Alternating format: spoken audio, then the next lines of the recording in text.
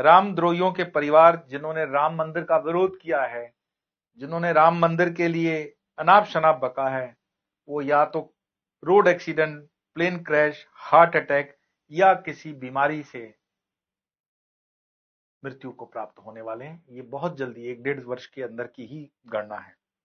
और ये भी संभावना बन रही है कि चाइना जब अपने वॉर से हारने की कगार पर होगा तो कैलाश मानसरोवर वाली जमीन भारत के हिस्से में आने की संभावनाएं दिख रही है। नमस्कार, नमो नारायण। जैसा कि मैंने हमेशा कहा है कि मैं भविष्यवक्ता नहीं हूं, भविष्यवाणी करना संन्यास के इसमें व्यक्तिगत तौर से नहीं देखा जाता, लेकिन राष्ट्र है, धर्म है, उसके लिए कुछ भविष्यवाणियां जो ज्ञानियों ने, परज्ञानियों ने की हुई है और जिनसे संपर्क हुआ, जिनके विषय में हम मिले, उसको मैं आपके साथ शेयर करना चाहता हूं।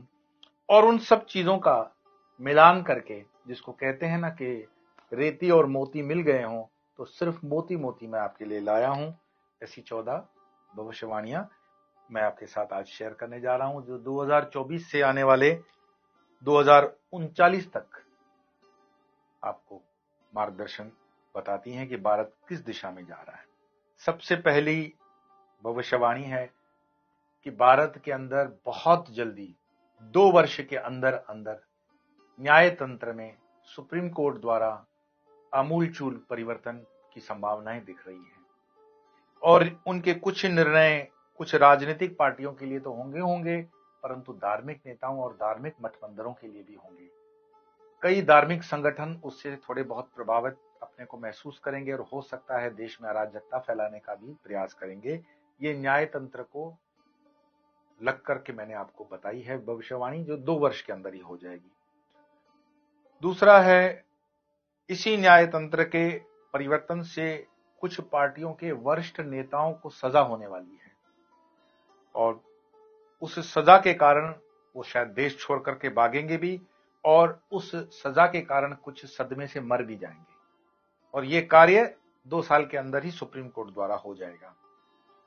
तीसरा है, न्याय तंत्र से ही लगता है 2-3 साल के अंदर काशी और मथुरा के फैसले भी जल्दी सुप्रीम कोर्ट में आने की संभावना है।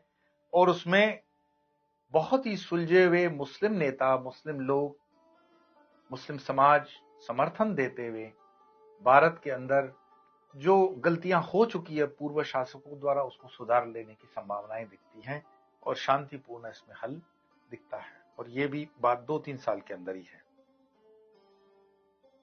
दक्षिण भारत के वरिष्ठ नेताओं को और बच्चों को जल्दी 2-3 सालों के अंदर ही सुप्रीम कोर्ट या अन्य कोर्टों द्वारा सजा होने वाली है। और दक्षिण में 2-3 राज्यों में भारतीय जनता पार्टी अपने बलबूते सरकार बनाएगी दक्षिण भारत में, और ऐसी ऐसी जगहों पर वो सीट जीतेंगे जहां पर कोई अपेक्षा हमने नहीं रखी है। 2024 में नरेंद्र मोदी सरकार, जिसका आपको इंतजार था, ये 5वें नंबर की घोषणा भविष्यवाणी की कि 2024 में नरेंद्र मोदी सरकार बहुमत से जीत रही है।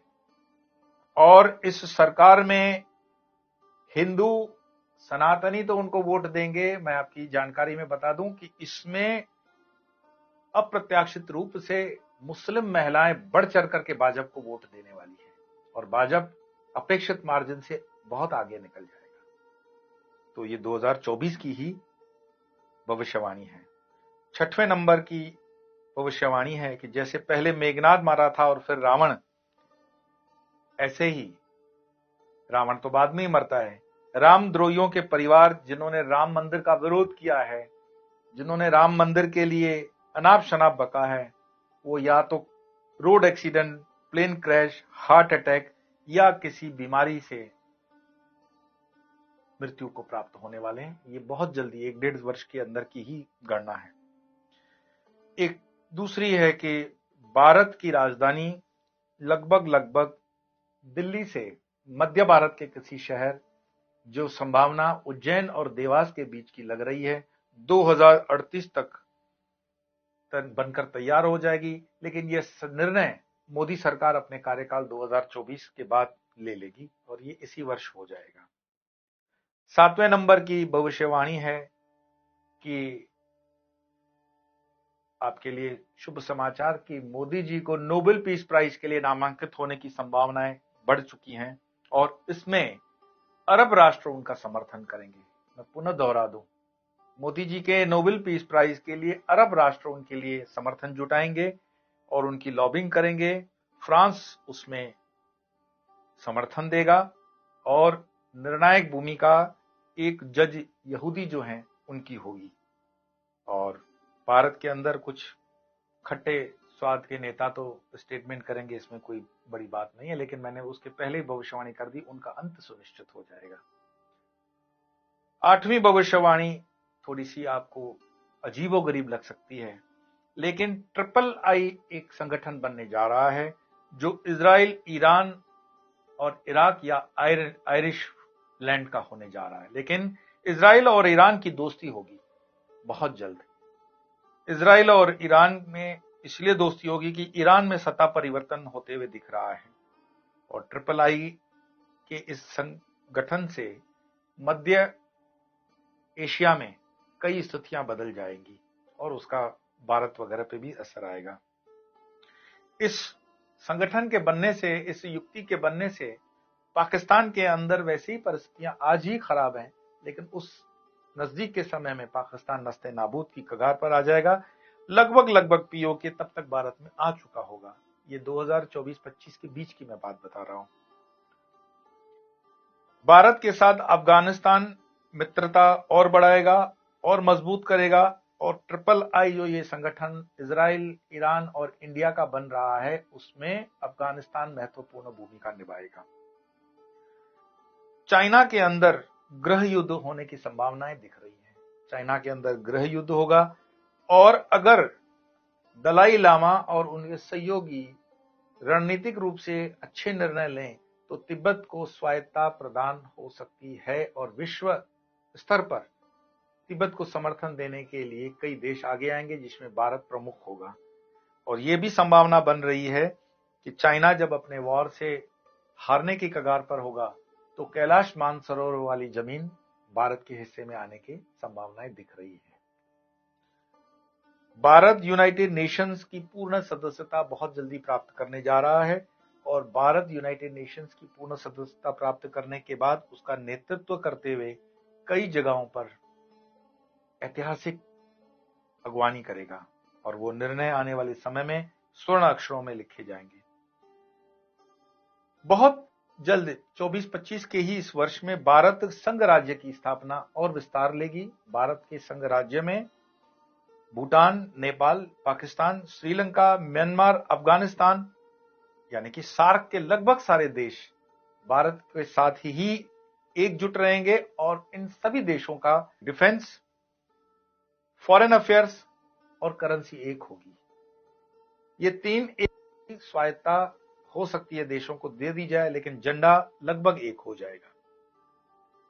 14वीं और अंतिम भविष्यवाणी है कि थोड़ी जिसके लिए आपको चिंता करनी चाहिए कि जो धर्म से जुड़े रहे हैं वो तो ठीक बच जाएंगे, लेकिन अधर्म से जुड़े हुए जिन्होंने अधर्म किया है उनके लिए तकलीफें बहुत जल्दी बढ़ने वाली हैं। कुछ कुदरती आपदाएं आती हुई दिख रही हैं जिसमें यूरोप, अमेरिका, ऑस्ट्रेलिया विशेष प्रभावित होंगे। भारत के तटीय क्षेत्र जो हैं वो प्रभावित होंगे सुनामी, तूफान इत्यादि से, और कई राज्यों में जहां पर जनता जनार्दन ने अधर्म का सहारा दिया है उनको परेशानी हो सकती है। मैं हमेशा कहता हूं कि धर्म के साथ रहना, न्याय के साथ रहना, सत्य के साथ रहना, क्योंकि परमात्मा के न्याय तंत्र में अन्याय होने की कोई संभावना नहीं है। और आपको लगता है कि कहीं कोई गलती हुई है या होने जा रही है तो उसको रोकना और उसको सुधारने का प्रयास कर्म के माध्यम से आपके हाथ में है। ये भविष्यवाणियां मैं खुलकर बोल दूं, ये भविष्यवाणियां कुछ गणनाओं के ऊपर हैं और कुछ विद्वत जनों के द्वारा कही हुई मैंने उद्धृत पुनः से की है। ये भविष्यवाणियां देश काल परिस्थिति के अनुरूप कभी थोड़ी इधर उधर हो सकती हैं समय काल में, परंतु इसको कोई मिटा नहीं सकता। पिछले दिनों जब मैं दादा गुरुजी से भरूच में मिला था तो हमारे बीच जो संवाद हुआ वो 2040 तक का उन्होंने रूपरेखा बताई कि क्या क्या होने वाला है। 2040 तक इस देश में क्या क्या होने वाला है, इस दुनिया में क्या होने वाला है, इस प्लेनेट पे क्या होने वाला है, इसकी चिंता को लेकर के जिन जिन भी ज्ञानियों से, परम ज्ञानियों से, ऋषियों से मुझे संपर्क होता है वो मैं करता हूं, और उस जानकारी को जहां आवश्यक होता है या जितना आवश्यक होता है उतना आपके साथ शेयर करता हूं। आज इतना ही। आपको ढेर सारी शुभकामनाएं, और फिर मिलेंगे अन्य विषय को लेकर। तब तक के लिए नमो नारायण।